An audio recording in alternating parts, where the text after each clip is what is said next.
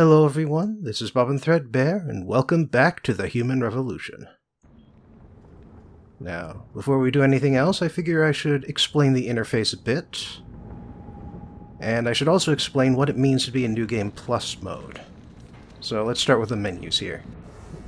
Right, mission log tells you what you're supposed to do, secondary objectives. This is the inventory grid. Grid system's back, that's nice. This is the augmentation screen. And because this is New Game Plus, I have all of them. Which means I can run faster, I can jump higher. I've got the Run Silently AUG, that's active only, but it means I can move at any speed and not make a sound. Cloaking system means that, for 7 seconds per energy cell, no one can ever see me. Thermal armor reduces damage taken by 45%. Also, any electricity I get hit with will not do a thing. Icarus landing system. I can jump from any height and land safely. Also, I can knock people out when I land. Reflex booster. I can use the 2-opponent takedown at any time with only just 1 energy cell. Retinal prosthesis. Now that's a basic HUD. Flash suppressant means flashbangs don't work. And that tells you, when the alert timer turns off. This lets me look through walls. And, the reticule, the amount of spread, does not change when I'm moving. Instant takedown, that's an automatic augmentation. But now I can also punch through walls, move and throw heavy objects. I have no recoil whatsoever. And the carrying grid is at full size.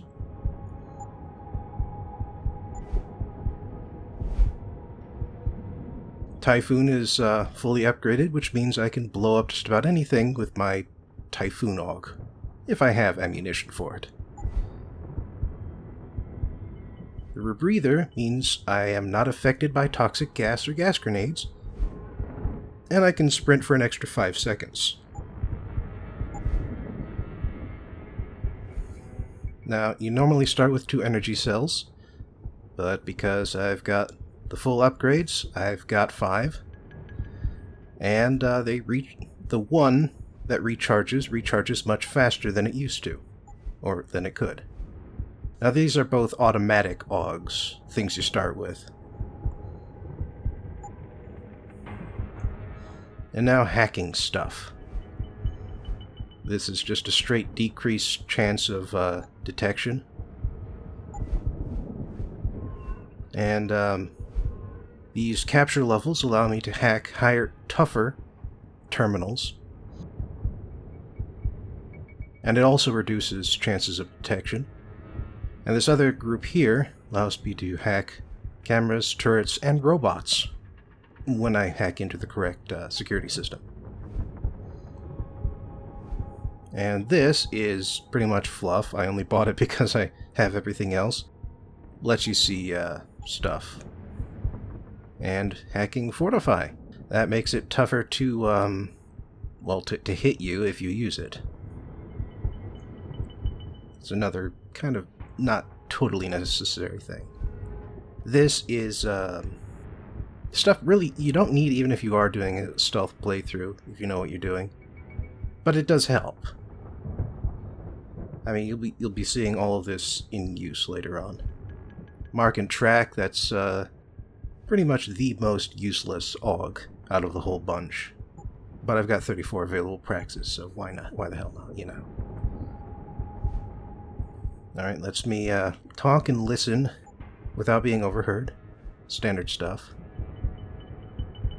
Radar 1 is automatic, Radar 2 is not. You have to buy that one. And the social enhancer. This one's a bit hard to explain. But, when you see it in action, you'll understand how it works. But that won't be in this video. You'll see one of its uses in the next video. But not the other one, not for a while. Anyway, this is the map, of course. Shows you what's in the general region, like between different things. Media log lets you read emails, any data logs you pick up, that sort of thing. Not books, though, oddly enough. Right, let's get this mission started. You ready to go in? Good. Seen a few of them coming out for a smoke every now and again, so be careful.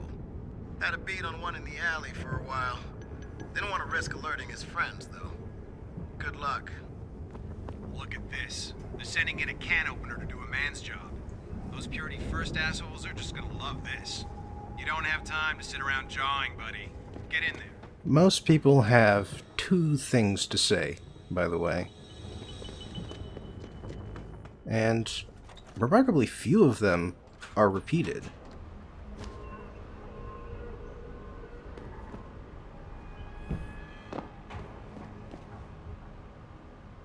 Also, I should say that this is hard mode, so there are a few interface things that are automatically turned off. You can turn them back on in the options, but I'm not going to. Tell me you're the guy we've been twiddling our thumbs waiting for. SI Security. Name's Jensen. Jensen. Yeah, I thought I recognized you. Used to be on Team 2 till that Mexican town thing went down. I gotta say, you're the last person I pictured taking orders from a CEO. Things change. Not always for the better. Feel like getting in there and doing whatever it is your boss wants you to do? Because maybe then we can do our job. You look pretty dug in up here. What's the react team plan? We got Alpha as point and Bravo as wing, both standing by to breach the target. We're coordinating from here, but until your boss gives us the go-ahead, we're just holding our dicks. Realistically, how much time do I have before any shooting starts? According to protocol, none. According to your lawyers, the sooner you get in there, the sooner we can hose this powder keg down and call it a day. We've got people inside. Any idea where I should look for them? Yeah. Your plant manager, Josie Thorpe, managed to slip a call out before someone snatched her cell. She said the hostages are being held in an office near the assembly labs. Makes sense. The workers were setting up for a production run, so they'd have been concentrated there. You know more about that than I would. Anything else? Intel on these purists. How much you got? How much you want? They communicate any demands yet? Not yet, but I get the feeling they're not that organized. Most of the guys I've seen look like street bangers and thugs. The kind who get their jollies trashing equipment. You ask me, it's the man in charge you have to worry about. How many am I looking at down there? Hard to say. We've spotted 3 in the courtyard, maybe half a dozen inside. But that's a sketchy estimate at best, since we seem to be getting a loop playback off your telecams. That shouldn't be possible. I told Seraph to make sure Pritchard overhauled the system. Well, someone inside must be tech savvy, because all we're seeing is a loop. For all we know, there could be 5, 10, or 3 dozen perps in there. The leader's name is Sanders, right? What's his story? Zeke Sanders.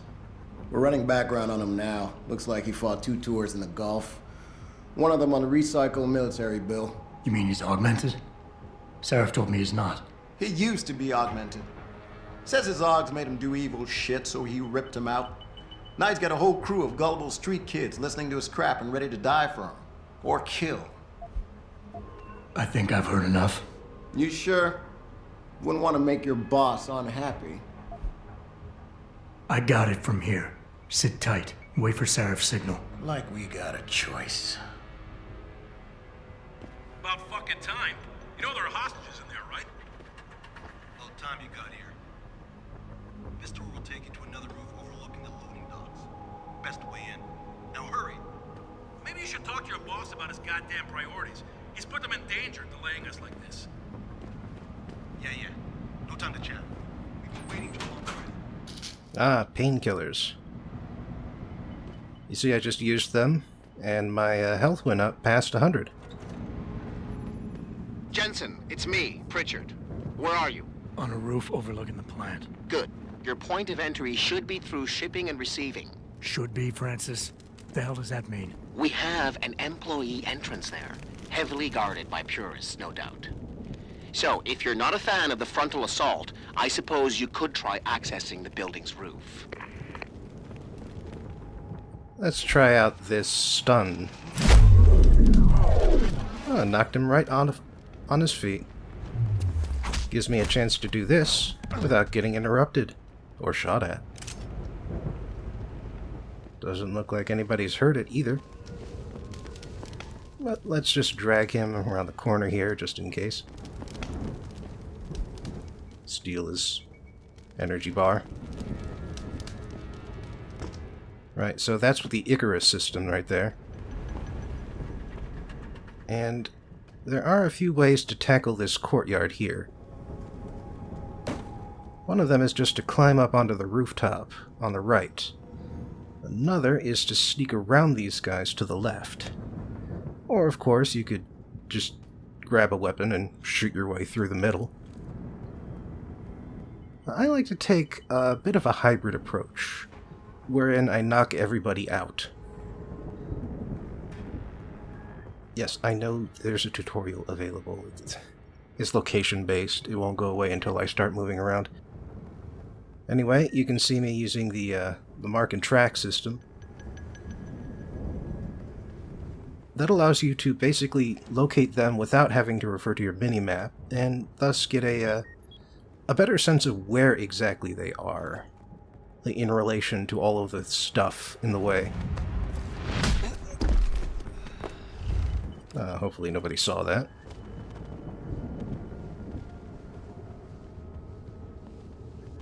Yeah, I can tell by looking at the minimap that they're turned away, and I can tell their relative location by using the mark and track system, which you can see is actually still active for that guy I knocked out. And by the way, non-lethal attacks work a bit differently than they did in the first Deus Ex, because it's sort of a risk-reward thing. Like, you get more experience for knocking people out, like 20 per person. But in exchange, if an enemy finds an unconscious body, he or she can wake that person up. I mean, mostly he, but whatever. Let's just take you out. Punch right to the face.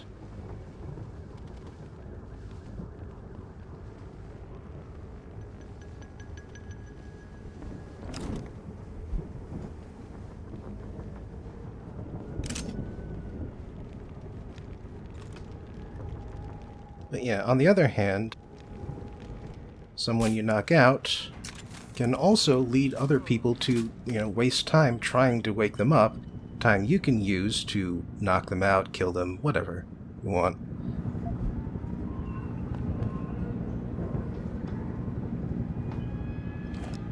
Let's get your weapons here. And let's unmark you, if I can figure out how to do that. Yeah, I never really used the mark and track system before now. It's not really that useful. Also, yeah, one of the things that I'm missing, because this is hard mode, is a dot in the center of the screen. It shows you what you're pointed at. It also turns into a targeting reticule when you've got a weapon out. But that's gone, because this is hard mode. You can get it back from the options, but you don't have to. It defaults off. That's the change. That's the front door there. But I'm not going to go through the front door. That's boring. Anyway, something else that turns off on hard mode is the... Whoops. At least I don't take any damage. Something else that turns off on hard mode is the ability to highlight items. Like there's this yellow highlight over objects you can interact with. And yes, this is something where I can walk through that electricity field because I've got the right AUG.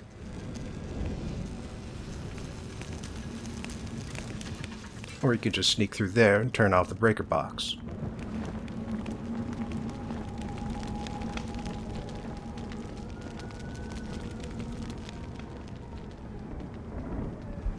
Ooh, silent sniper rifle and remote detonated explosive devices. That's a grenade type item. You toss it and then you hold down the grenade button to explode them. Richard, I'm in. Nicely done, Jensen. May I ask how? A vent on the roof. It'll be in my report next time we discuss security loopholes. Oh, goody. I'll be sure to take notes. The Typhoon is in the factoring labs. There's an elevator just past the assembly labs that will take you to it. Got it. Anyway, what I've got in my hands right here is the Trank rifle. Now, like in the original game, Trank darts are subsonic and they actually fall noticeably. And they don't have an instant takedown, although it is pretty quick. Also, something else worth pointing out. There's one really nice thing about the Trank gun. Is it lets you create self-forming corpse piles.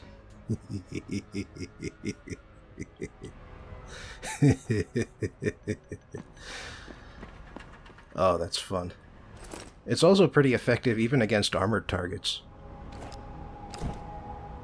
So, you know, a reason to keep it around even in the late game. So, you see that that set of lights on the roof there? That's actually a way across to the raised part on the other wall. To the raised section along the other wall, I mean. But, you know, I knock people out so I can do some proper exploration here. You know, read what's on the news. Read the intolerant screed left by these people. And find out what the warehouse manager's email account is full of.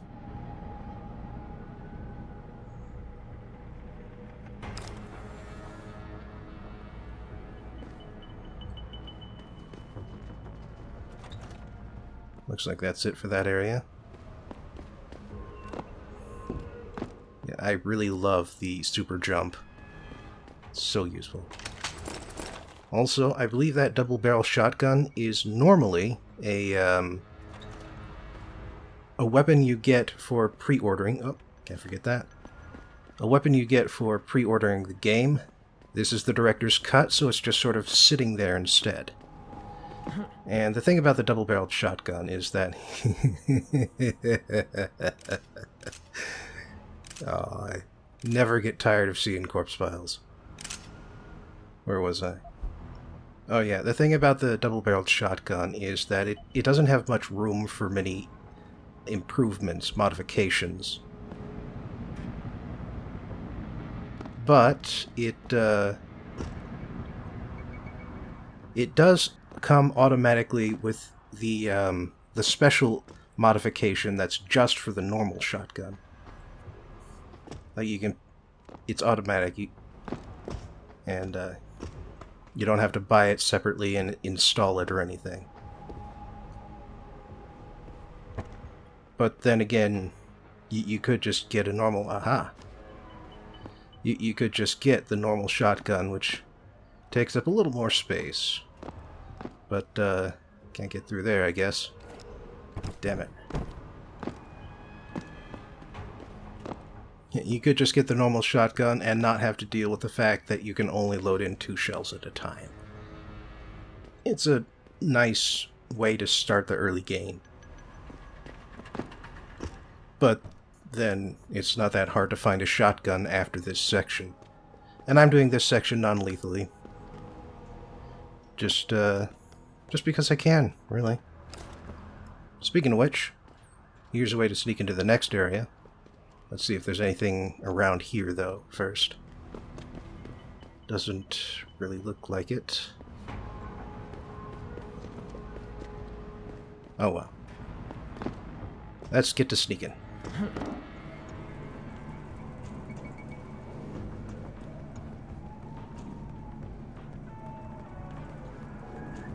Looks like there's several ways to go up here. Anybody seen D-Rag? Probably smoking a cigarette. Why?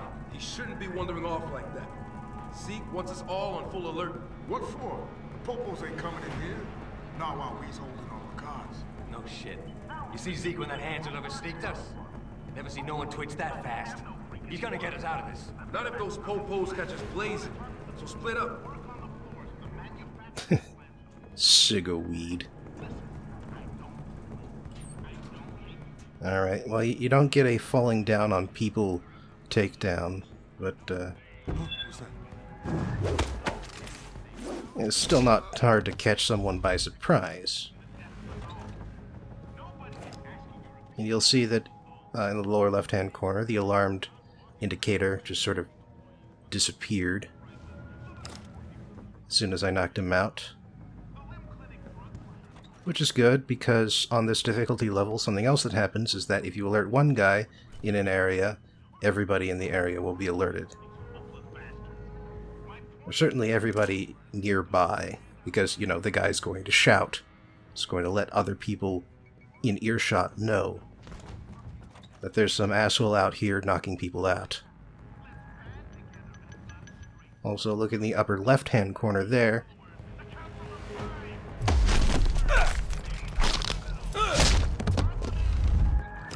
You'll notice that the first battery starts recharging automatically, but none of the others do. Now, I believe with the director's cut on the medium difficulty, you can get 2 of them to automatically recharge, but this is hard, and so you only get the 1. Also, if you've heard about the vending machines, everything you've heard is true.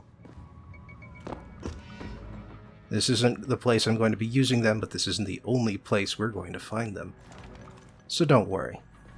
You'll see the magic eventually.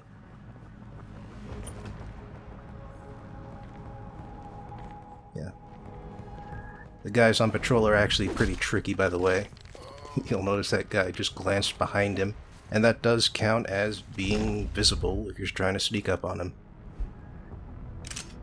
him. Employee locker room. I should really lock these things. They're called lockers for a reason, guys. But I suppose if you got nothing in them, there's really no reason for it. There's gotta be something in one of these, though. Aha! Combat rifle ammo.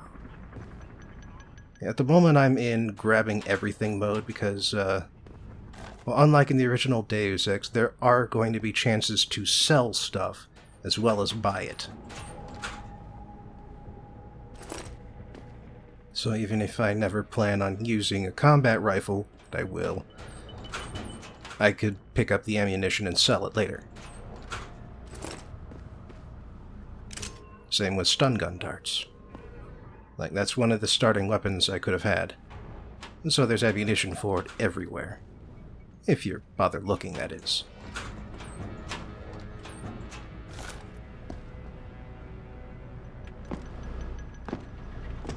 You can jump on top of these things. You can also see the lines where some of these rooms are, some of the partitions and walls here are older than others. It's an interesting effect. Oh, right, that's where I knocked that one guy out. And more propaganda. What are they hiding?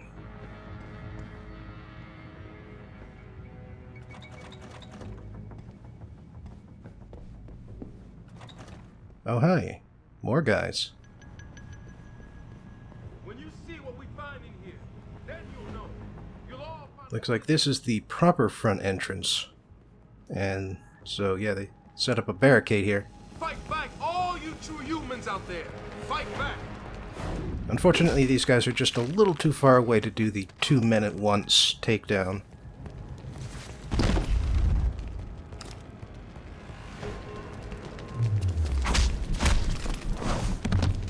But, yeah, it's probably going to be hard to catch, but I did eat one of those Cyber Boost Pro Energy bars, which restores one of my batteries up there in the corner. That way I could take down both of them immediately without having to worry about waiting for the thing to recharge and having one of them turn around and spot me or his knocked out buddy.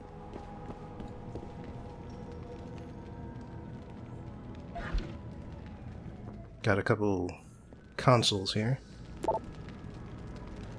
Frank Pritchard in charge of IT, as always. And Josie Thorpe, that's the person in charge of this particular plant. Making a final push on the Typhoon contract.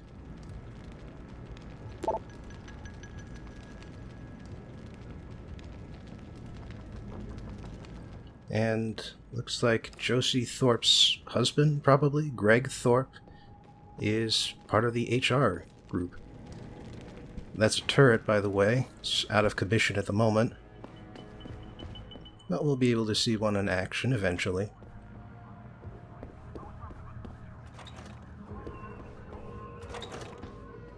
And there's the last entrance, real entrance, back into the other place. Listen, I don't blame you. I don't hate you. And this is what was really missing from the original Deus Ex. Some crazy conspiracy theorist on the radio haranguing his audience. Nothing like listening to hate radio and drinking whiskey. David Sarif is not walking around the plant asking employees whether they should drop the prices so that the poor people of this world can have a fair shot. The limb clinic drug pushers aren't asking Joe and Bob in the knob polishing department whether they should find an alternative cure for transplant rejection. But yeah, so the thing about health is that you can raise it up to 200, but you only regenerate up to 100. Jensen, I just tried to unlock the assembly lab door, but my override codes aren't working. Someone's changed the protocols. What? Didn't you plug the... I'm on it. But until I find this particular breach and fix it, you'll have to hack the door manually. Pritchard out. By the way, that you can't set that thing off. So this is hacking. It's basically capture the node system here. You can see that's security rating 1, also gives me 5 attempts to crack this. So that's the red thing. That's the thing that tries to capture the blue thing, which is where you start.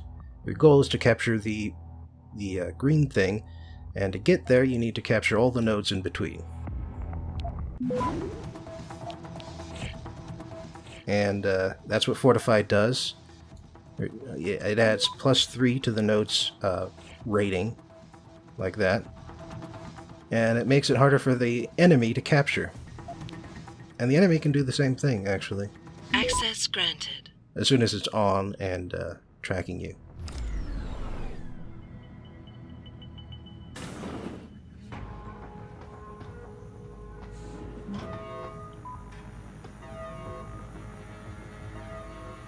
And this is an invisible loading screen. Hopefully you didn't need me to tell you that, but there it is. Jesus Christ, you killed him, man! Yeah, I'm about to be. Kept calling me a big. No way, no way! I am not going to prison for this! Hate to tell you this, Trev, but once that bomb goes off, If you're this here, guy won't be the you last better skinhead come out. in here who buys it. Shut up, J-Ro. Trevor, you gotta calm down. Help me find something to cover him up with. I'm telling you, man, these hands of lovers deserve what's coming. Nothing. And maybe it's your old lady looking for some act. And that's what cloaking can do.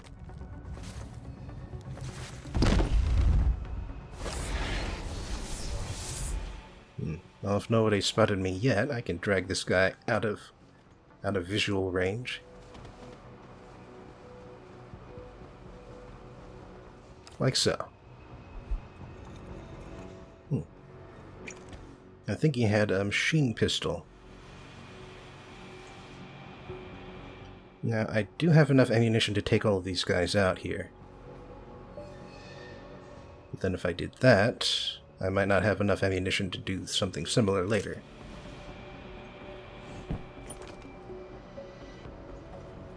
Also, one nice thing about the mark and track system is that that little T to mark thing only pops up when you've got the guy centered on your screen.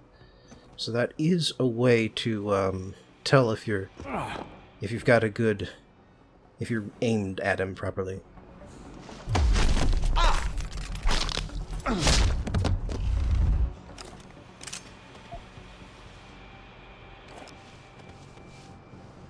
Now let's drag this guy a little further away from the door there. Let's see what else is around here. Shotgun cartridges. What the hell are they doing here? And a concussion grenade? Combat rifle ammo. Yeah, I don't know. This area is just littered with guns and ammunition that really has no reason to be. I don't know. Second Amendment joke.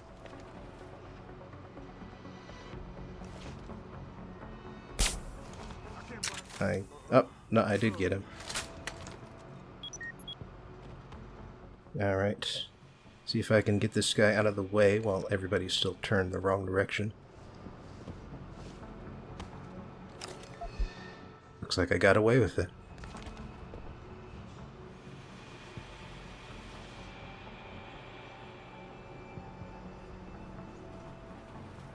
Alright. Oh, there's a guy on the other side there.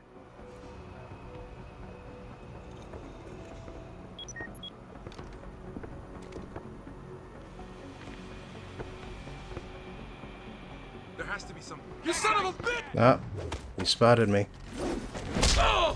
I was going to say, it would be kind of weird if he didn't. But I guess he did.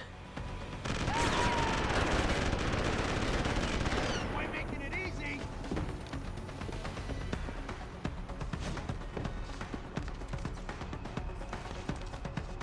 I'm going to sneak behind this guy here, because he only knows where I was, not where I am.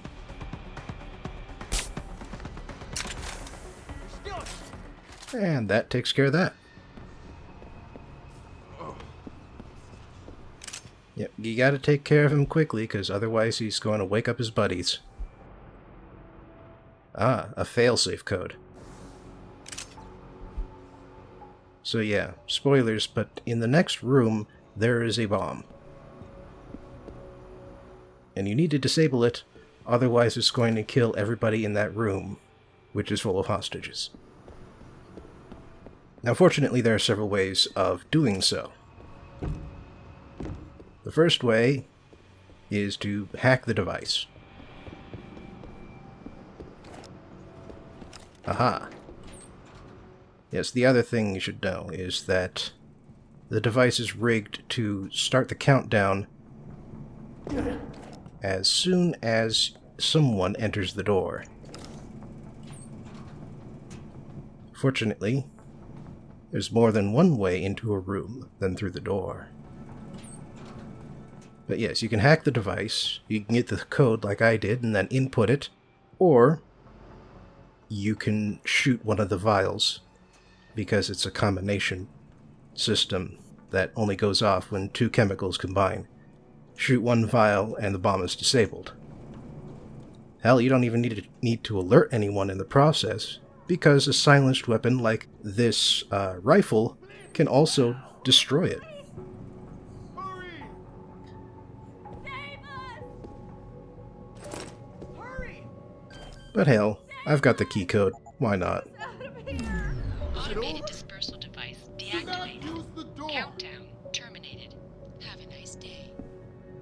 Pritchard, get word to Seraph. I found the hostages. I'm relaying good news, I hope. They're safe, and they're staying put.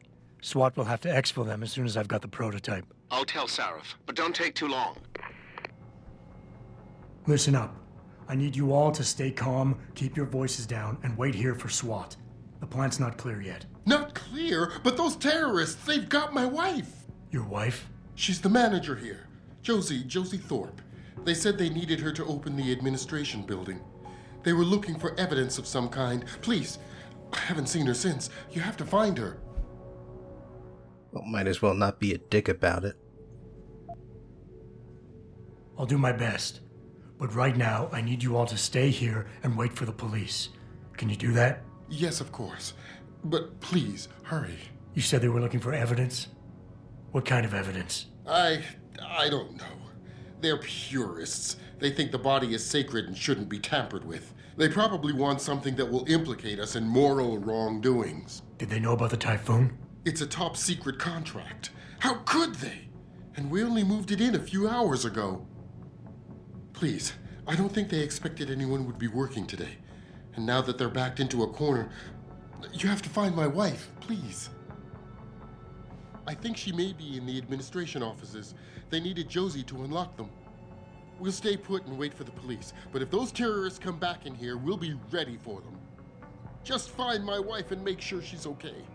Just find my wife and make sure she's okay. Goddamn crazy fanatics. How'd they even get in here? No alarms went off or anything. It doesn't make sense. We even took extra measures because of the typhoon. I know you don't want us running around the place until everything is secured, so why don't you go ahead and do that so we can get out of here? I know you don't want us running around the place until everything is secured, so why don't you go ahead and do that so we can get out of here? I said I'd give up drinking if you got us out of this. I guess now I've got to follow through. Well, maybe one little drink. I mean, I deserve it after going through this, right? Well, maybe one little You've got to find their leader. I mean, I deserve it after going through this, right? You should have heard him whip them up into a frenzy. It was scary. Purity First has most of these poor kids brainwashed. Throw a little destruction in as a bonus, and they'll do just about anything if you ask them to. I hope you die. Oh, by the way, this is the looking through walls thing. It also lets you find objects. What took you so long? Where are the cops, for Christ's sake? Goddamn extremists. I'm gonna put in for danger pay. Forget overtime. Thank God you showed up. I don't think they were gonna let us go. Are we gonna be okay now that the bomb is deactivated? I mean, the police must have secured the rest of the plant by now. That was too close. They were going to kill us with poison gas. What kind of people are we dealing with? Those crazy bastards are capable of anything. You're a hero. Thank you. Well, that's nice. But I think we've done enough for today. So, as I was saying last week, the number 451 is a theme number that appears in the System Shock, Bioshock, Deus Ex, and Dishonored series because, way back in the day, a developer named Looking Glass Studios worked at an office where 451 was the code to the front door. In retrospect, using the office security system as an Easter egg probably wasn't the best idea, but what are you gonna do? And there is another significance to that number. It is the temperature in Fahrenheit at which book paper burns. And it is the name of the dystopian novel I'll be presenting today. Now, I could have started with 1984, but considering the connection to the game, I couldn't resist.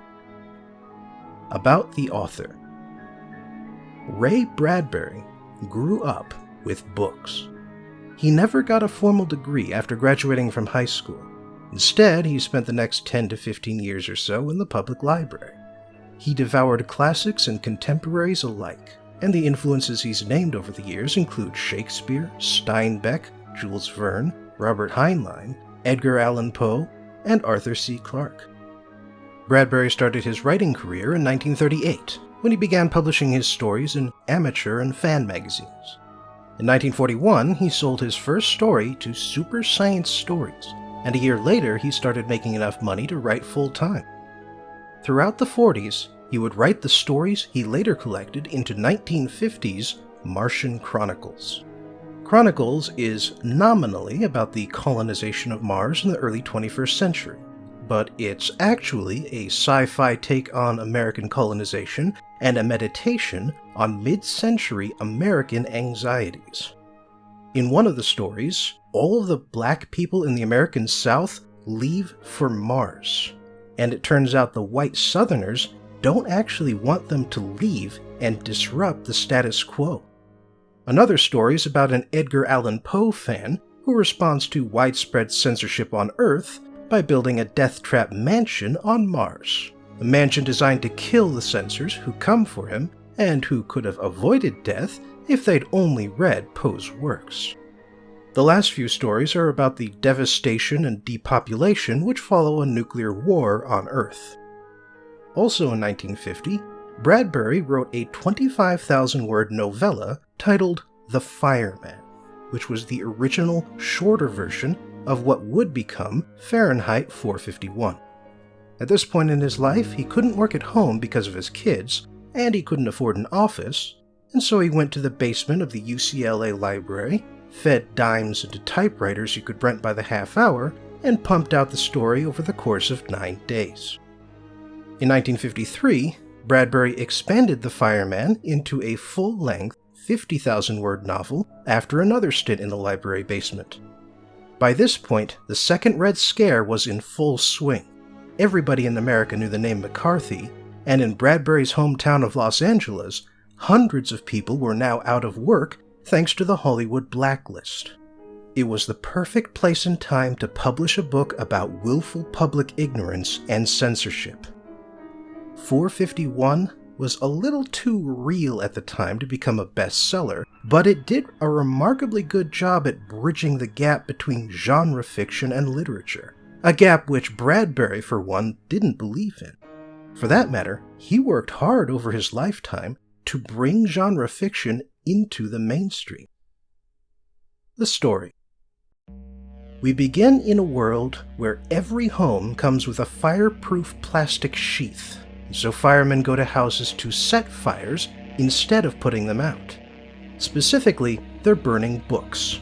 All books. Of every kind. This is a world in which cars scream through residential neighborhoods at over 100 miles per hour, and pedestrians can be arrested for walking.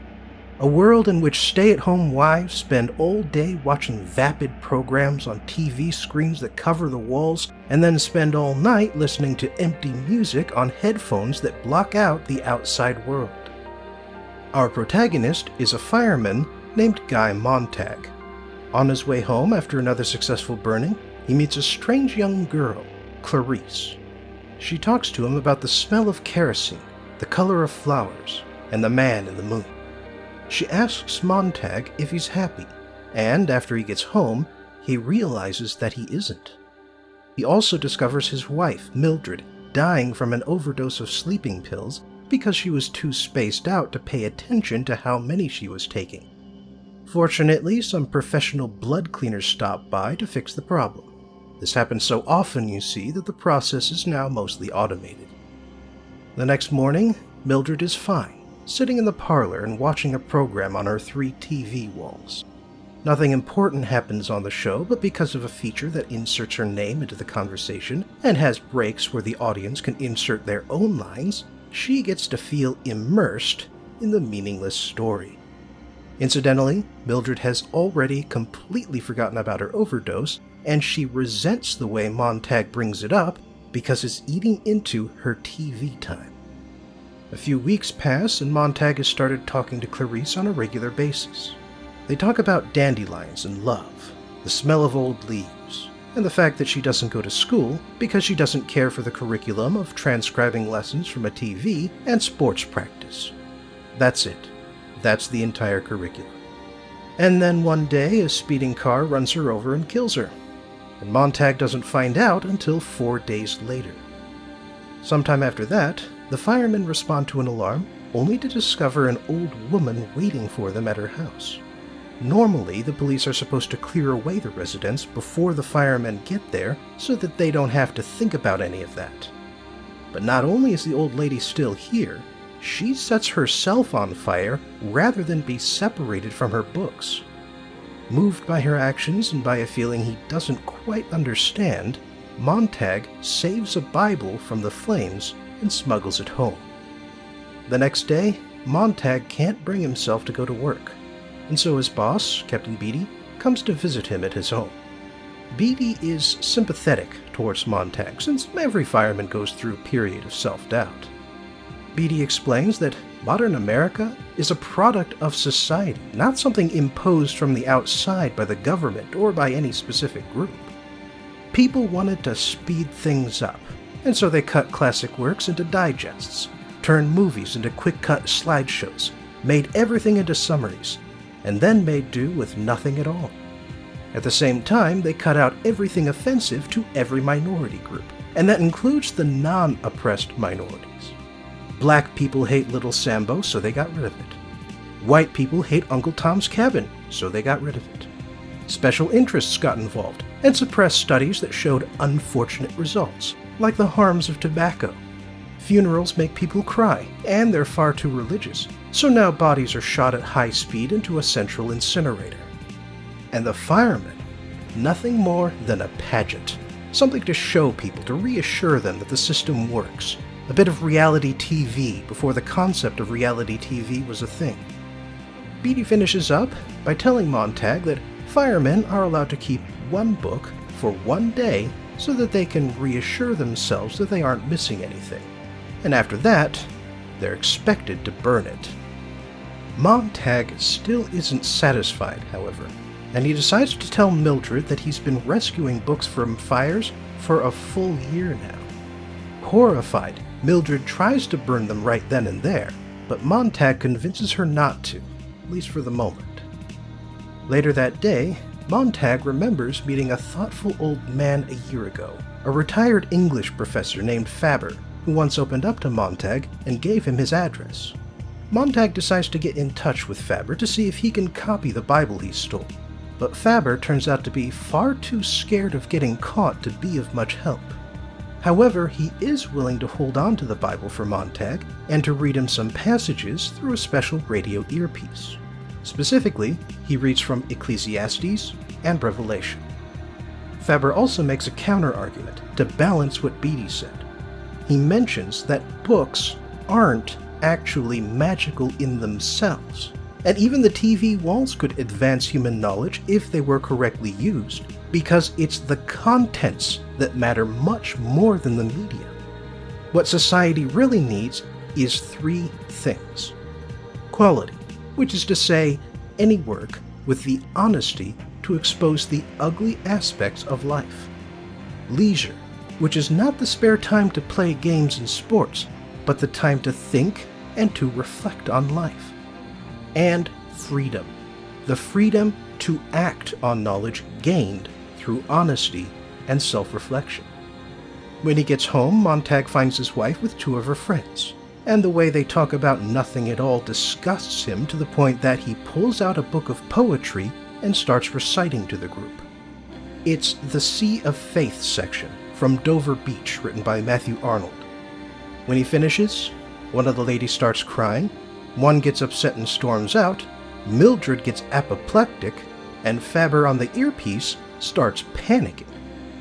Montag heads to the firehouse that evening, and Beatty confronts him with a one-sided quotation battle where he matches out-of-context quotes about the value of knowledge with similar quotes about the foolishness of humanity. The firemen then get an alert that turns out to be Montag's own house. His wife called in the alarm, too disgusted with him to live in the same house anymore. Beatty forces Montag to set fire to the house himself. He tears out Faber's earpiece, and he then taunts Montag until finally Montag turns the flamethrower on his captive. After that, Montag grabs a few books that survive the blaze and brings them to Faber, along with a few $100s so Faber can pay a printer to make copies. While he's there, they find out from Faber's tiny TV that the government has set a mechanical hound on Montag's scent, and so he tells Faber how to mask his smell, and he makes his getaway by swimming downstream in a river in Faber's old clothes until the hound gives up. The next morning, Montag climbs to the shore, finds an old railroad track, and starts following it. Before long, he discovers a group of book people, outcast intellectuals who have trained themselves to remember books word for word, waiting for the day when mindless hysteria abates and people become ready to read and learn again.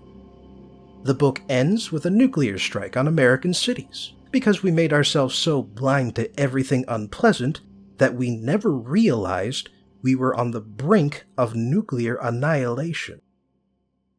The analysis. In one of the essays that came with my copy of Fahrenheit 451, Ray Bradbury mentions how several people have, over the years, objected to the contents of his works and asked him to make certain changes. Women asked him to rewrite the Martian Chronicles with more female characters, which, in the original, are few and far between. Others objected to his portrayal of black Americans in the book, calling them Uncle Toms. while a Southern white man told him he was racist in favor of African Americans and thus he should drop the story altogether. In every single case, his reply was the same: no. It's not that Bradbury was racist or sexist or anti-PC. For all I know, he could have been all three, but none of that is why he said no. The reason is because he wanted to protect the sanctity of the original text. It may have been imperfect, it may have done things wrong, and even Bradbury once admitted that he would write 451 differently if he'd written it later, but none of that is the point. A book, a story, is an artifact of the culture and the person or people who created it, and changing the text to make it more appealing to a modern audience is being dishonest to that fact. It's not even about educators choosing a curriculum. It's certainly better to have something challenging than not, but Bradbury knew from personal experience that there are more ways to learn than through a formal education. Even adaptation isn't the problem. Bradbury saw Fahrenheit 451 adapted into stage productions and a movie, and he was just fine with them, even though they made substantial changes to the plot. It probably helps that he worked as a Hollywood screenwriter for many years, and so he understood that adaptations are also a product of their time and their creators. And even a bad adaptation doesn't ruin the original work. You can still go back and read the book or watch the play that inspired the movie, but that's only if nobody screws with it. Some opinions are wrong. Objectively wrong. You know it and I know it.